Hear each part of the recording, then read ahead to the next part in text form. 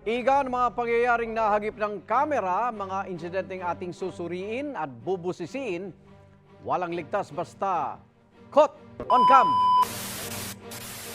Kabi-kabilang insidente ng pang-hostage, caught on cam.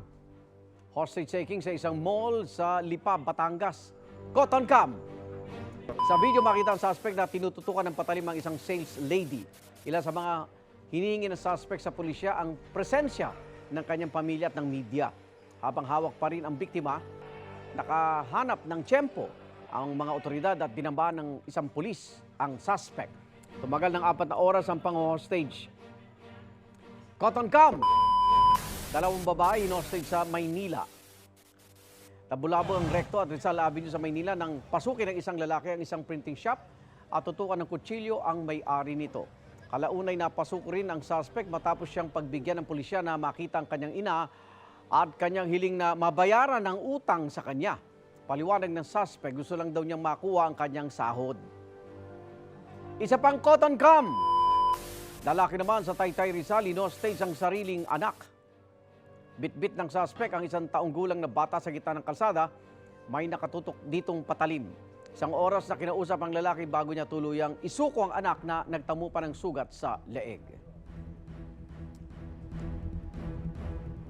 Igan, ano nga ba mga dapat gawin sa ganitong mga insidente? Alamin natin mula kay Police Major Philip Ines, ang tagapagsalita ng ating Manila Police District MPD. Good morning po!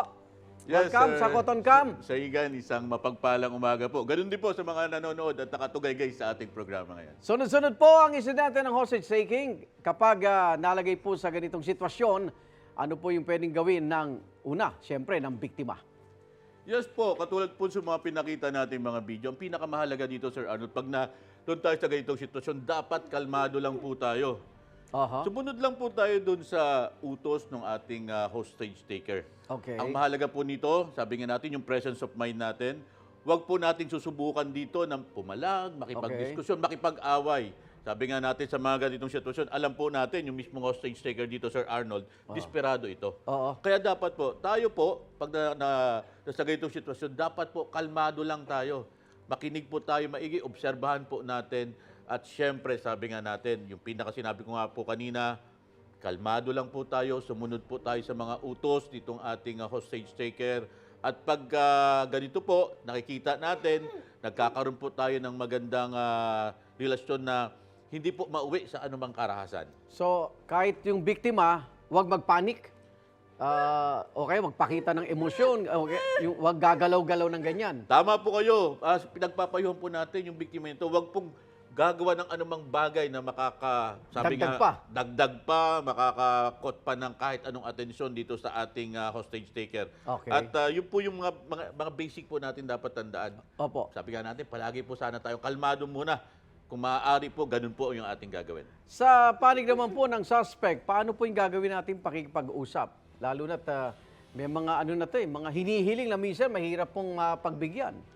Yes po, ang una-muna po pag may mga ganitong sitwasyon, dapat po i-isolate natin yung lugar. Okay. Wala pong kung sino man po mga tao na nandun. Yung mismo negotiator lang po ang hahayaan nating makipag-usap dito po sa ating hostage taker na ito. Opo. Wala po tayong papapuntahin kahit sino. Kung maaari po sana, yung ating lugar na yan, nakakontain po yan. Okay. May mga nagbabantay po sa paligid at wala pong ibang makikipag-usap dyan maliban po sa ating negotiator. Paano po yan? May mga OC. Yan pa hindi nakakatulong sa negosasyon.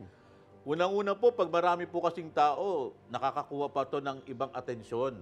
Aaring mag-trigger dito sa ating hostage taker na may gawin pa siya mga ibang bagay na hindi po natin dapat, sabi nga natin yung hindi na mga inaasahan. Kung ito po ay isisecure natin, yung mga tao, pakiusapan po natin na kung maaari, wag po sila dun sa lugar. Hayaan po natin yung otoridad ang kumilos at gumawa po ng paraan para po magkaroon tayo ng maayos na resolusyon nitong mga ganitong insidente. At doon sa mga may plano pang mga hostage, dito sa GMA Network, polisiya po namin hindi kayo i-cover. Kasi minsan ba gusto lang magpapansin ng mga hostage taker, di ho ba, sir? Tama po kayo dyan, Sir Igan. Ang sa atin po dito, lalo na sa mga ganitong sitwasyon, iniiwasan po natin, lalo na po na magkaroon po tayo ng live coverage sa mga ganitong insidente. Ang sa atin po dito, hayaan po natin yung otoridad ang mag-handle nito. At hayaan po natin na Meron po tayong mga gagawin dito. Kailangan po i-contain natin yung lugar dito. Meron po tayo dito nga ground commander. At yung ground commander po mismo doon sa area, siya po magdi-designate ng ating negotiator doon sa lugar. Opo. At Opo. sa mga magulang ni Shaira at kay EA, prank lang po yun. Prank lang po. Ayan. Saka baka yung iba, content creator lang din eh, no? Yes po, Ay, naku, opo. maraming salamat po, Police Major Philip Ines ng Manila Police District. O mga kapuso, mag-ingat po tayo lagi. At syempre, dito sa Cotton Cam, tutulungan namin kayo at bibigyan ng gabay paano makaiwas sa mga ganitong uri ng sitwasyon. Magbabalik po unang hirit. Wait! Wait! Huwag mo munang i-close! Mag-subscribe ka muna sa GMA Public Affairs YouTube channel para lagi kang una sa mga latest kwento at balita. At syempre, i-follow mo na rin ang official social media pages ng Unang Hirit. Thank you!